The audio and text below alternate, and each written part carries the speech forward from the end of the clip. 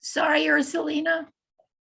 Sorry, Ursulina, my whole schedule today is blown up, so I apologize. Hang on just a second here. No, you're good.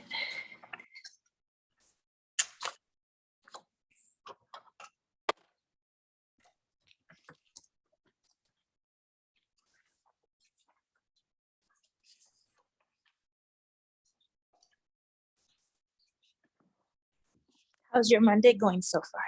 You know, they're replacing my shingles in my townhome complex. And with that said, I absolutely am in a different place for organization. So having said that,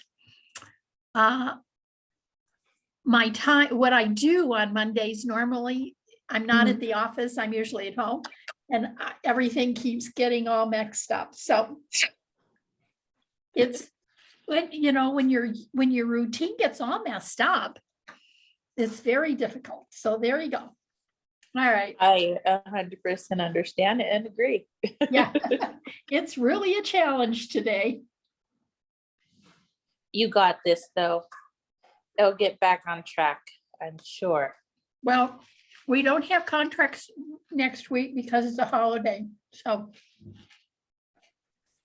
The office or the company celebrates Juneteenth, so we won't have one next week. And since you're usually my only customer for this class, there you go. It's all good. I like being the only customer. Well, there you go. The others are just missing out. What can I tell you? All right. Trust me, I need the training. So Okay, I'm you can not come gonna back. be missing it. You can come back as many times as you want, ma'am. I would be happy and pleased that you did. So what we have here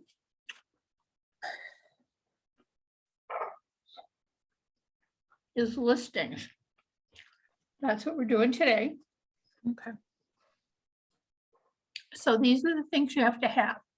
So it's an O&E, which is owner encumbrance, which is $5. It tells you who is on title and if there's any liens or judgments or something of that nature. If it's really super complicated, then what's going to happen is you would do a full-blown one, which is about $100. You don't need to do that. Okay. Only do the $5 one. Okay. Unless there's something that says, hang on, let me see who else is coming in. Let me just see if somebody else is coming in here. Whoops. Back up. Lost my thing. Oh, there it is.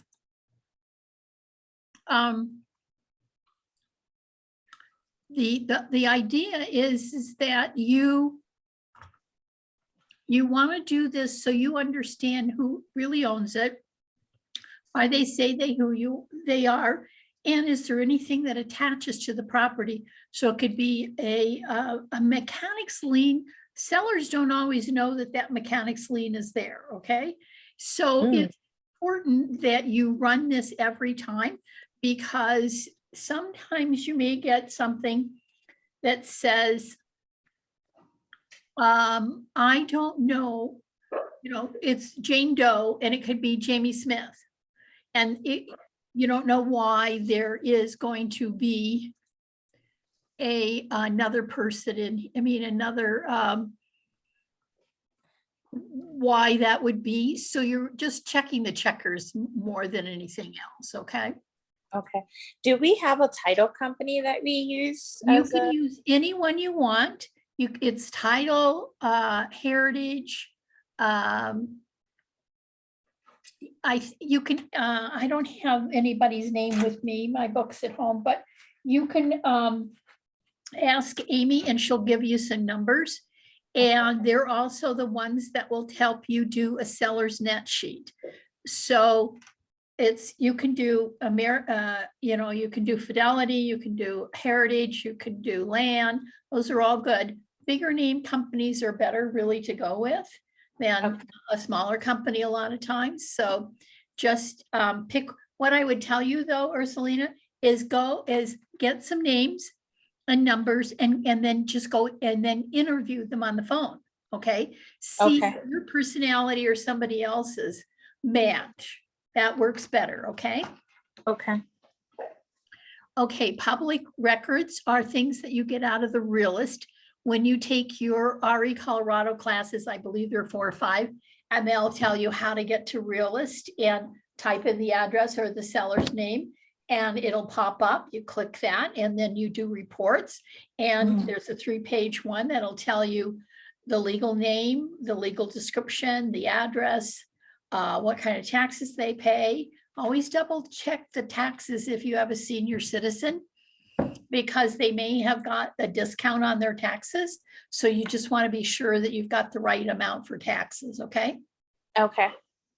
So then we're going to talk about the listing agreement, definitions of working relationship, a seller advisory, which comes from our in-house attorney. We're going to have seller's property disclosure, square foot disclosure, common interest community checklist is if there's an HOA. This is an additional document the seller will fill out just to be sure that we know everything we can about the HOA. Any and all amend extends. Now, short sale and seller authorization usually are not going to be needed, but that would be needed in case you're going to have the house is going into foreclosure or you have to get something from HOA. If you have an HOA, get the seller's authorization so you can get that ball rolling. Lead-based paint disclosure and lead-based paint obligation, if it is in the time frame of 1978, always get one if it was built before January 1st. I have a policy that if it was built in 1978, I just get it and have everybody sign both documents. Okay. Okay. Then MLS printout sheet needs to be uploaded. Once you have inputted to, you can input it in from MLS, but you don't have it active. Once it goes active, you need to upload a active printed sheet. Then you have source of water. The reason I have you do source of water, which I know it's in the seller's property disclosure, it keeps you out of trouble. Okay. Sellers and buyers sign a lot of stuff. They don't pay attention. And if water is really important to that buyer, it's really important that you get all the information as the source of water. One of our agents a couple of years ago really got saved because she had the source of water addendum. Closing instructions, you don't want to sign the closing instructions from the title company unless that's your last resort. And when we're doing a listing, we always have the seller sign the list closing instructions. That way everybody goes to sign it, and we don't sign the second one at closing. We only sign this one and make sure you have it fully executed prior to closing. Then when it goes under contract, you upload the printout sheet. Excuse me, under contract. Then the contract, if a counter proposal is there, copy of the earnest money receipt. Inspection, objection, resolution. If there is any, if there isn't, give me a note saying you didn't do one. Lead-based paint disclosure sales. You have the buyer sign the seller's property disclosure, square foot, source of water, closing instructions, any and all amend extend. If there is a post-closing agreement that goes with the contract, you do that on I forgot which paragraph it is, but you check a box and you put that together in agreement. You have a lender letter, and then you go to command, do commission request. Technically, I have a TC. If you can get a TC, which we have names for many TCs, it would be good to hire a TC because your job is to find buyers and sellers, not to do paperwork. Okay. So now, when you're under contract, they're gonna send you information via email. You upload a copy of, the documents and withhold the copy of the checks or the distribution sheet. And MLS that is, that has sold on it. Those are the three you need. And then anything else you can, for repairs or inspection reports or something, you could put at the bottom of command. And then you do it, but you don't give me this document until the house goes under contract, until the house is under contract and gone through the inspection resolution. So all these documents can be signed, don't send them to me. Once the inspection has been done and resolution has been done, then you can send me all the documents, or the TC does. Okay. Now we have, this is our listing agreement. I would encourage you to go to CTME or DocuSign and put one together. It'll be easy because you can go and find these documents under resources in our Park Meadows. When you have Google, you go to the 6 dots. The dot will pop up, My Drive, click on that and type in resources for Park Meadows, and you'll have your samples there. But fill one out. Now you always check 2.1. We put the seller's legal name, all the KW, Keller Williams Real Estate LLC, and your name will be automatically inputted. On 3.4, what county is it in, the legal, and then address. And you want to ask the question, if you're in the lower price point, did you get assistance when you bought the house? And the reason you want to do that, because in Green Valley Ranch, Denver gave all these programs out, but then they didn't attach them to the houses, so they didn't get paid back. So therefore, they felt that they could lien the property and force the agents and the new seller buyers to pay this money. Well, that didn't go very well for them. So now we have this in our listing agreement. If the box not checked, then you don't have an affordable housing, but you might be in a place where you have affordable housing. Okay. Because once they're affordable housing, they try to stay as affordable housing, correct? Well, not necessarily. So let me give you an example. Let's say that you went and bought a house, and I'll use Green Valley Ranch because that's where most of them have been in the past. That's not where they are all. But there are some houses that had a program that said, listen, if you buy this house, this program in Denver will give you $10,000 towards your down payment, or we'll pay your closing costs or something. But a lot of times those grants are attached to the house. Now, if you're in Chaffa, you have to stay in the house 2 to 3 or 4 years. I can't remember what the time frame is. And you don't have to pay it back. So it depends on the program that you're dealing with. And it's important to know if there's something, it might be attached to the house. So we want to be sure that we know that we are looking for something that might have been recorded against the property. Okay. Okay. So now you go down, you have 3.7 is your beginning and ending listing period. And no matter what the time, I would tell you to always put 6 months to 9 months on a listing. The time frame for the listing selling now is longer. It's not months, it's just several weeks. But the bottom line is that buyer may go away on inspection and you have to go and put it back on the market. So 6 months is what I like to see. That way you aren't having to do a lot of mend extends. And if then the seller gets angry, you won't, where you won't sign in a mend extend. It's not good to do it that way. Okay. Okay. All righty. So on 3.9.2, it will be extended past a Saturday, Sunday, Monday. But when you write an offer, it'll tell you what day it falls on. Sometimes the holidays don't pop up in there, so be sure to check the calendar. Okay. So number 4 is your relationship with your seller. So you were a seller's agent only, so that's the box on 4.3.1.2. The only box you want to check is that one, because you only want to represent your seller. If a buyer calls and says, hey, listen, I want to buy this property and I want you to show it to me, you can say yes. But when you get there, you can say, listen, I am a seller's agent. I cannot represent you. I can treat you as a customer, or I can get an agent. I can refer you to an agent that will help you buy this property, and you'll get a referral fee. You want to ask for a referral fee, okay? Okay. Then at this point, four is good. 5, when you check the box at the top for seller's agent up here, oops, where is it?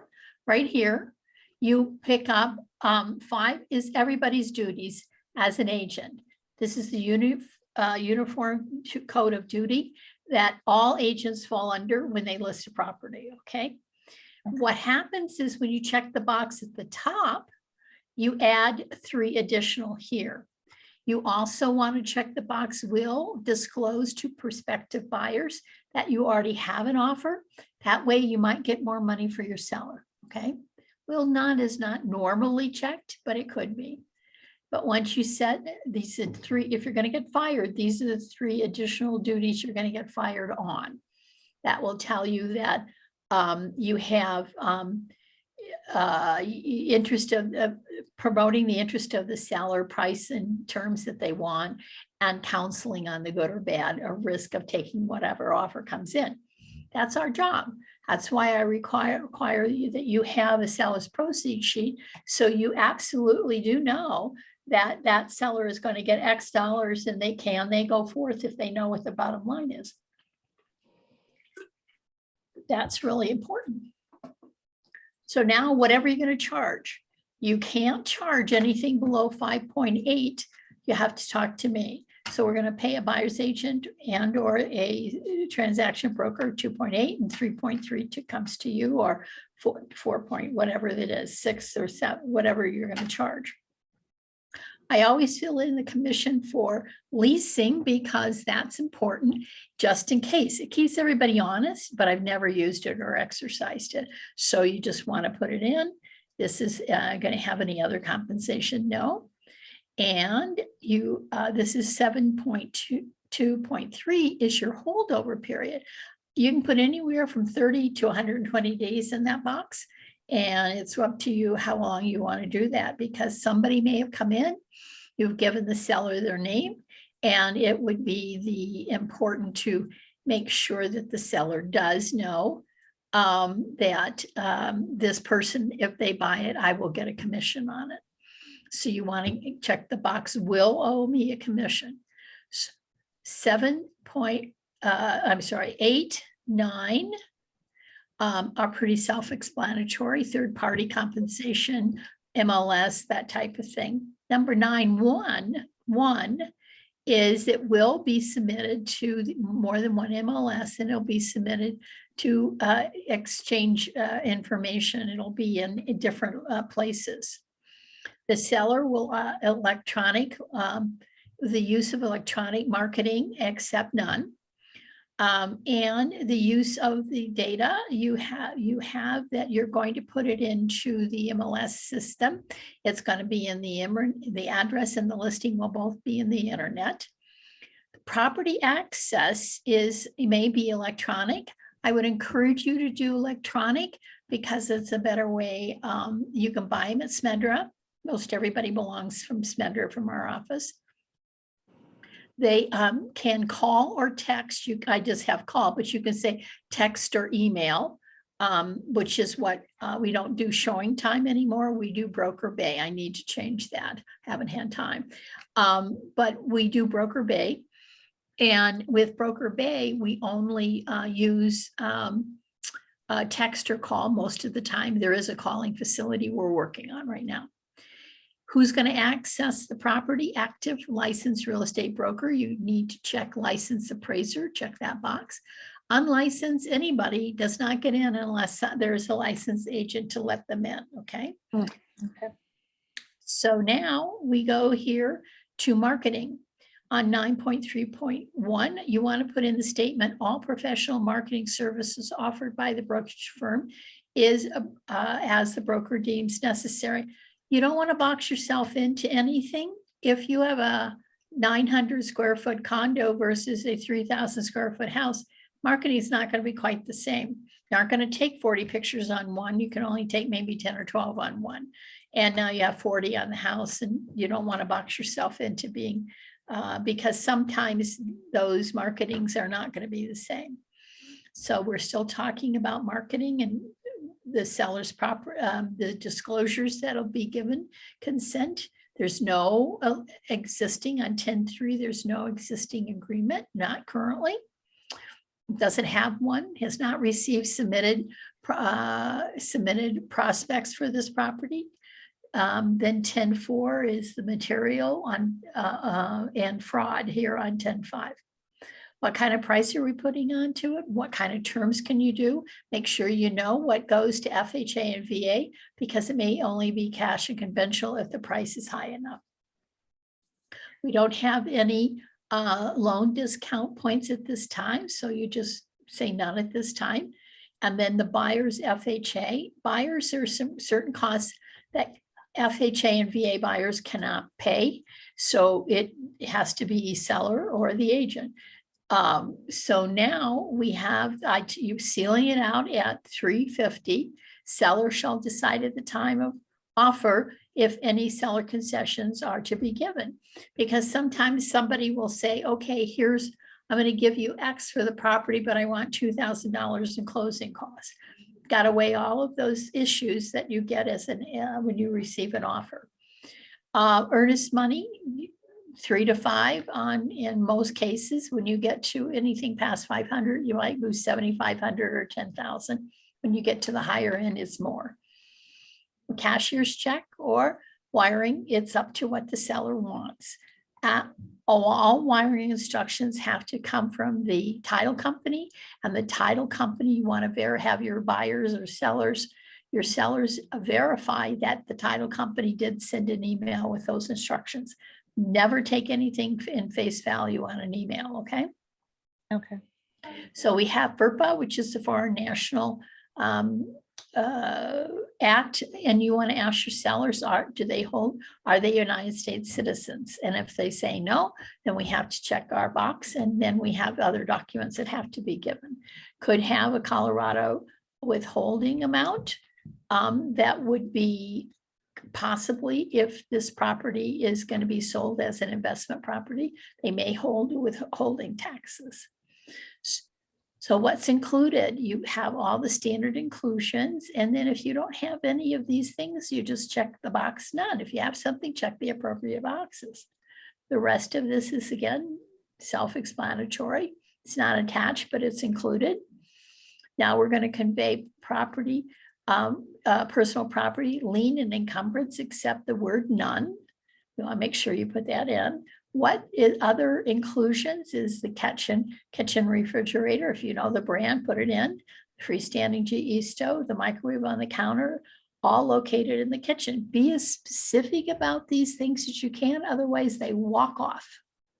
No, there's no lease. There's no lease for anything, so we don't need to follow that. If there was a sold lease, we'd put information about that in here. What's being excluded? The washer dryer located in the laundry room on the main floor. Now we come to trade fixtures, and most of those are none.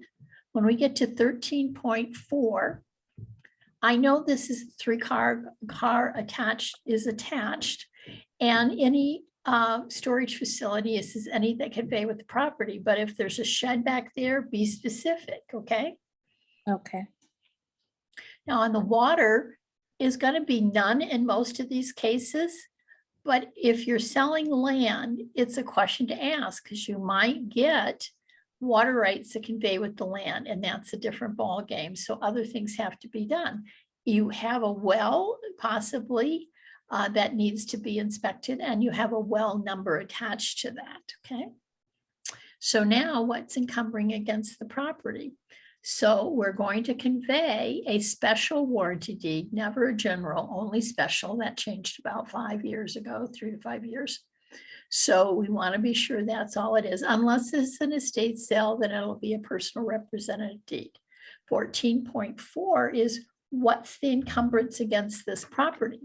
And that will tell you on your realist document what their first approximately is. So if they refied 2 years ago, it's not going to go down all that much. It'll go down just a little bit. And no, there is no leases or tenants in the property. Now we have HOA assessments. We know that there's going to be, this is what it is per month. And you also know regular assessments except none.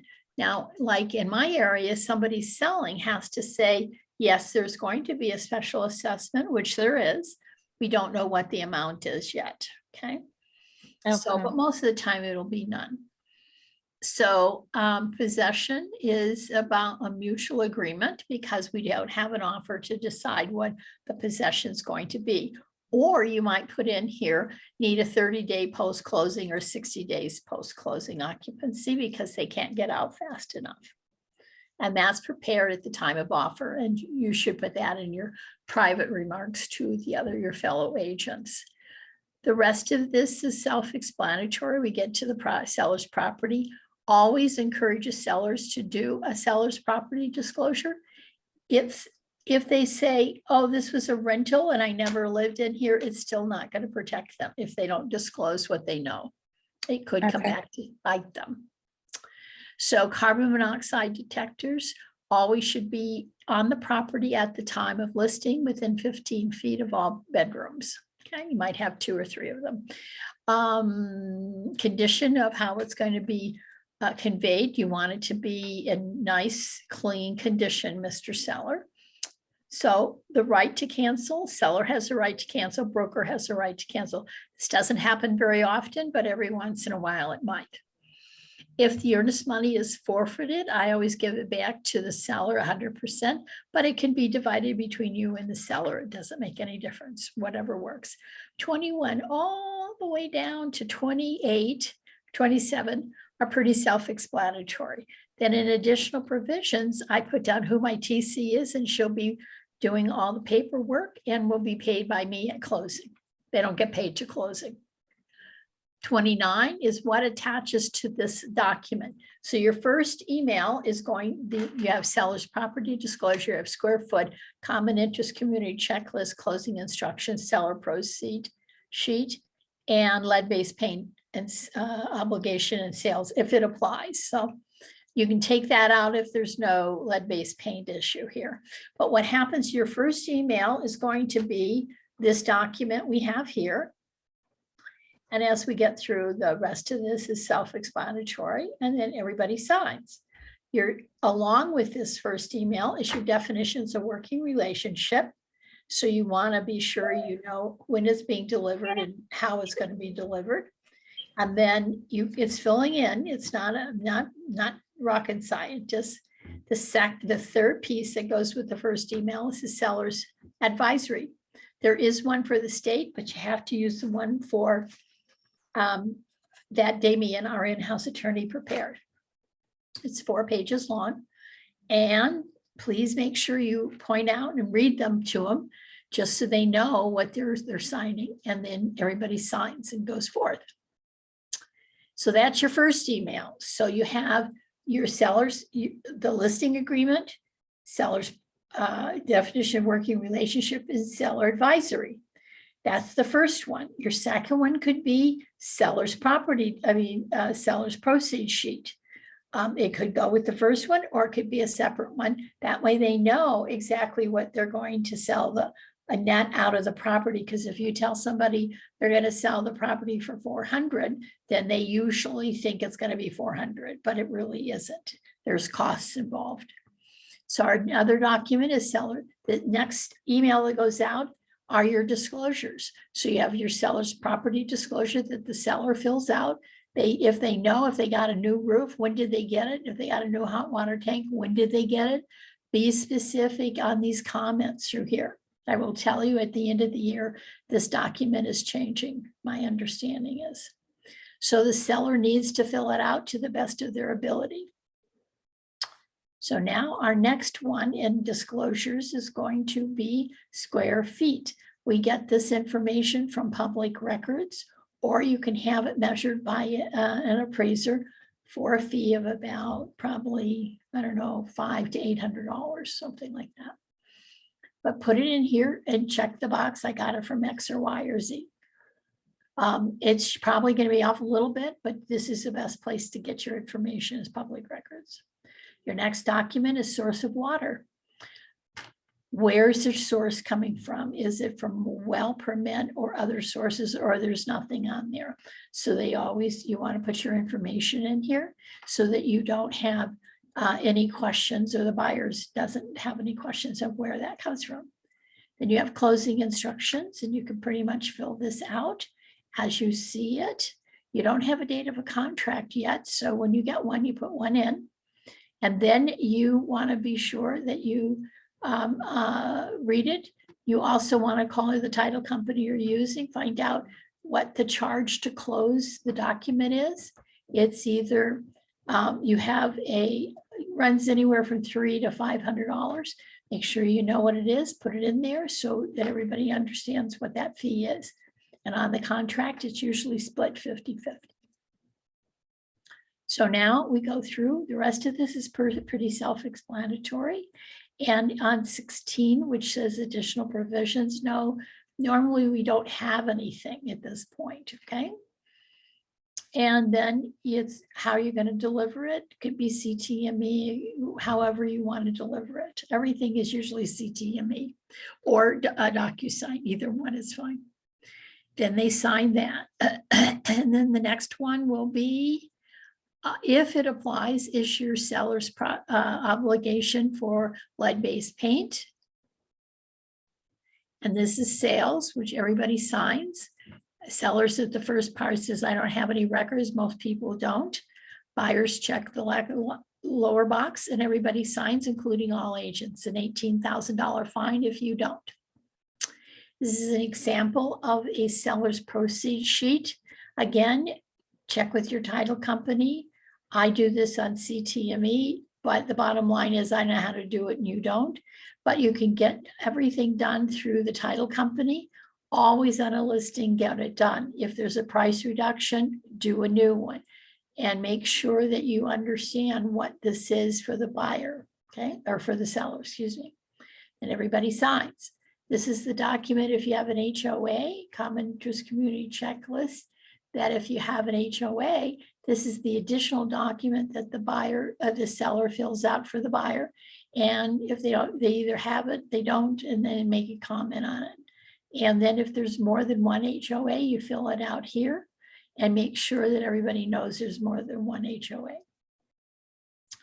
Now, if you have to terminate, if somebody gives you a termination, then you want to be sure you don't do it. It comes from the other side. It would look like this. I'm terminating on inspection.